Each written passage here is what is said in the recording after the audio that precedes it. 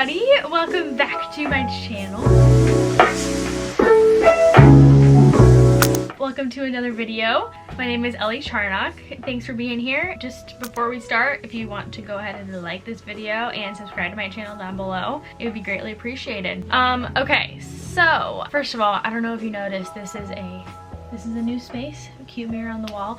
I'm gonna be doing a room makeover video soon. I moved into my brother's room because he graduated high school and left for college. So I got his room and I've made it super cute and made it my own. And I'm gonna be doing a room makeover tour soon just to show you what I've done with it so far because I'm very proud and it's very cute in here and I love it. So let's get right into the video. First of all, I wanted to start that I'm gonna be making some holiday content soon, but I've really been wanting to make this video for a while because over the summer and just the past couple of years, I've done a lot of traveling.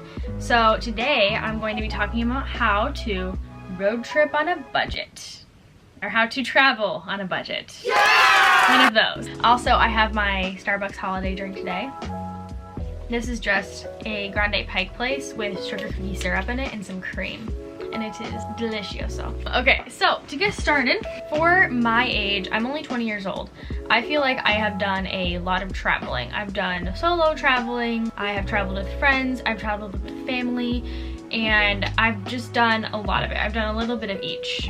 I haven't gone out of the country, I will say that, but I've traveled the US a lot, and I feel like I'm a pro US traveler, and I can't wait to, I haven't even been to every single state, so I'm really excited to like keep going. But for now, I feel like I have a good amount of knowledge on how to not break the bank, but still be able to travel and do fun things and do what you want to do. I'm very passionate about exploring places you've never been. It's super fun to me. And I also have a bunch of travel vlogs. Those should be, I think, here. I'll tag them above so that way you can go check them out. I've been to Colorado, I've been to Alaska, I've been to a lot of different places. And this last summer, actually, I went on a whole West Coast road trip where me and one of my friends went through a bunch of Western states. We went along the Pacific Coast Highway, Highway 101, Oregon, Washington, Utah, Colorado, California, many places. So like I said, I feel like I have a pretty good background knowledge and I wanted to share that with you all today. Now, I feel like one of the things that keeps people from traveling is the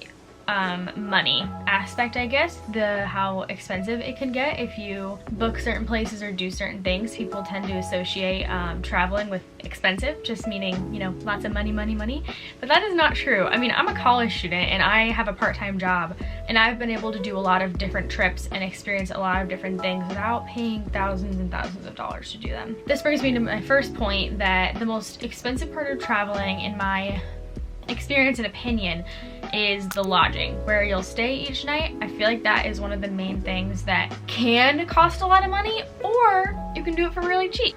Okay, so I'm gonna give a little bit of background knowledge. I have a lot of family all around the US. I have family in Washington, I have family in Alaska, family in New York and in Colorado, and a couple other different places as well. So when I go and visit those places, lots of times I'm able to stay with them for free, which cuts the cost down of traveling by like a ton. Because if you look online at like hotels, it can be up to, at the minimum, $200 a night. And if you want to go on a week-long trip, that's like $1,400. Like, that's a lot of money just to stay somewhere, when usually during the day you go out and do things wherever you're staying. The place that you're sleeping is not where you're going to be at all day, so you shouldn't want to spend a ton of money on it. Unless you're going on like a resort vacation or something, that is a good reason to spend money on lodging. But if you're traveling to experience a new place, you should find some place that's cheaper. So I have some ideas for you guys.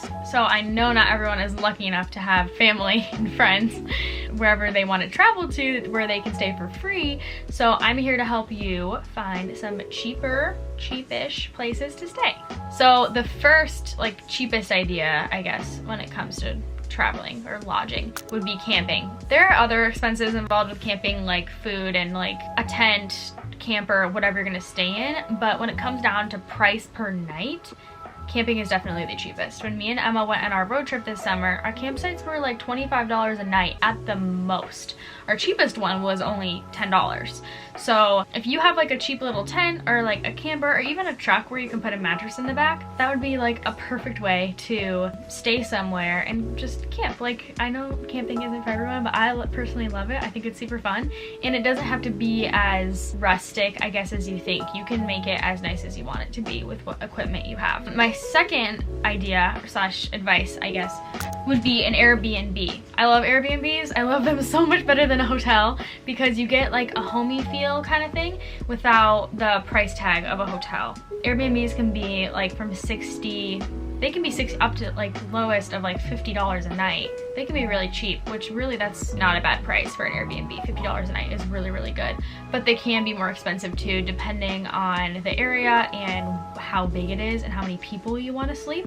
But if it's just for yourself, it's super easy to find lodging for just one person that's cheap. My last piece of advice when it comes to lodging is to make friends that live in other places, and not to like use your friends in a way of like, I want to be friends with you just so I can stay with you. But when you make friends that are from different places and different backgrounds and stuff, you never know where they're going to be from or what opportunities are going to be available to you. So like Emma D, she lives in Colorado, and we became friends a couple years ago, and we just stay in touch. We just stay in touch whenever we can. And I stay with her whenever I go to Colorado, and she stays with me or comes to visit me every time she comes to Michigan. And it's just like a cool friendship that like I have that connection there. So I don't know, it's not like don't use your friends just to get free lodging, but like it's a good idea. Like, keep your options open, make friends, be friends with a lot of different kinds of people, and you never know where your plans will lead you, where you can get free stays. So my second point is to lower your expenses by not eating out as much. Don't eat out as much. Now, I'm not saying don't eat out like ever, but like when you're on vacation or traveling, but save those meals for like a sit-down restaurant for like once or twice on the trip. I'm using the example of me and Emma D's road trip again, but for our trip, we only ate out a couple times. We got fast food maybe once or twice, and then we went to a sit-down restaurant, I think once, maybe twice, I'm not positive. But the rest of the time, we just grocery shopped. For our first day, we just went and got like $100 worth of groceries, some produce, some crackers, some like lunch meat and cheese. We also got a lot of coffee. We bought coffee at the store so that we wouldn't have to buy it at a coffee shop every single day. And we just made ourselves lunches. I don't think we ever bought a lunch the whole time on our trip because we were just able to make it, as well as breakfast. Especially if you just have like a little cooler with you. This is specifically for road trips, by the way. Or if you're staying in one place for a certain amount of time. Like if you're staying in an Airbnb for a week, just go on a little grocery trip. Spend 50 bucks just getting some groceries that can get you like meals for lunch. Now, this is obviously like preference. Like if you want to spend your money on eating out when you're on vacation, that's completely fine. That's great, but that's not what I like to do. I like to do that for like maybe 1 or 2 meals. Like if I'm going to Florida, I might eat out at like some fish shop one night, you know, get some salmon or some crab. I don't know what they sell there. So just get like a nice fish and chips meal or something that's like more expensive. Or like try the local cuisine that maybe you go and sit down there. But I don't like to spend all my money on food just because I could just eat lunches with some crackers and cheese. Another expensive part of traveling can be the actual travel part. And by that I mean either like the drive to your destination or flying by like airplane to your destination. So when it comes to flying, I usually use Expedia to find the cheapest flights in the time frame that I want to go in. Expedia also shows you like dates that are like around the time frame that you want to go in, and it'll tell you when those dates are cheapest, and it'll like notify you like when there's like a price drop on the tickets and when the price are increasing. So you want to wait until like a good time before your trip so that way the flights are cheap, but so that way they're not that expensive. I think you can also use services like Honey or Karma to like track the ups and I don't know, the price drops and stuff of when it's cheapest to book your flights.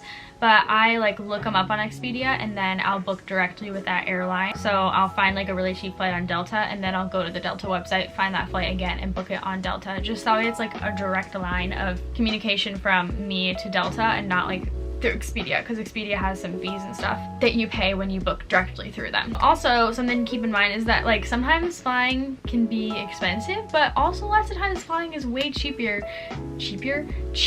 than spending all the gas money. So if you're going to Florida, if the ticket is only, you know, 50 bucks, definitely fly to Florida. Don't drive because gas is very expensive right now. So just keep that in mind when thinking about traveling, that or even flying or driving, it doesn't have to be super expensive. I mean, I flew to Alaska this summer and the tickets were $300 round trip, which really is not that bad. And then I had free lodging and then basically free meals for the most part because I was staying with my family, and that was about it. Okay, I keep getting calls from like extended warranty places. Sorry about the interruption. Okay, the main point that I want you guys to take home with you is that if you want to travel, you can do it. If you want to go somewhere, you can make it happen. And I know that lots of times, like external circumstances, if you have kids or husband, wife, or you know, external circumstances coming in or other responsibilities that are at hand, that is a whole other story. But if it's just you, you can make it happen. Just set aside the time, set aside the money. Maybe instead of spending money on clothes for a couple months, save up that money to go on a trip somewhere really cool that you've been wanting to go for a while. It doesn't have to be like this huge deal to like go on a trip. It can just be like a fun thing that you're doing with your money. It just depends on how you want to spend it. Book that flight, book that campsite, go with a friend, split the costs, go with your family members if they want to come. It is just so worth it to go travel and do fun new things and go fun new places. In my experience, I have never regretted a trip I've gone on or money that I've spent on traveling. Honestly, for me right now, the most expensive part of traveling is like the shopping that I do when I'm there, because I'm a recovering shopaholic. So that's been a struggle, but yeah, that's a whole other story for like another time. But in my experience, I've never regretted a trip that I've gone on or the money that I've spent on traveling. Save the money and just go for it. All right, guys, that brings me to the end of the video. I hope you enjoyed, and I hope you got a little bit of knowledge or something out of this. I don't really know, but I hope you got something out of it. Again, go ahead and subscribe to my channel. I'll be posting, like I said in my last video, I'm gonna be trying to post a lot more college week in my life and a lot of holiday content coming up soon. So I hope you have a wonderful day and know that Jesus loves you. Bye, guys.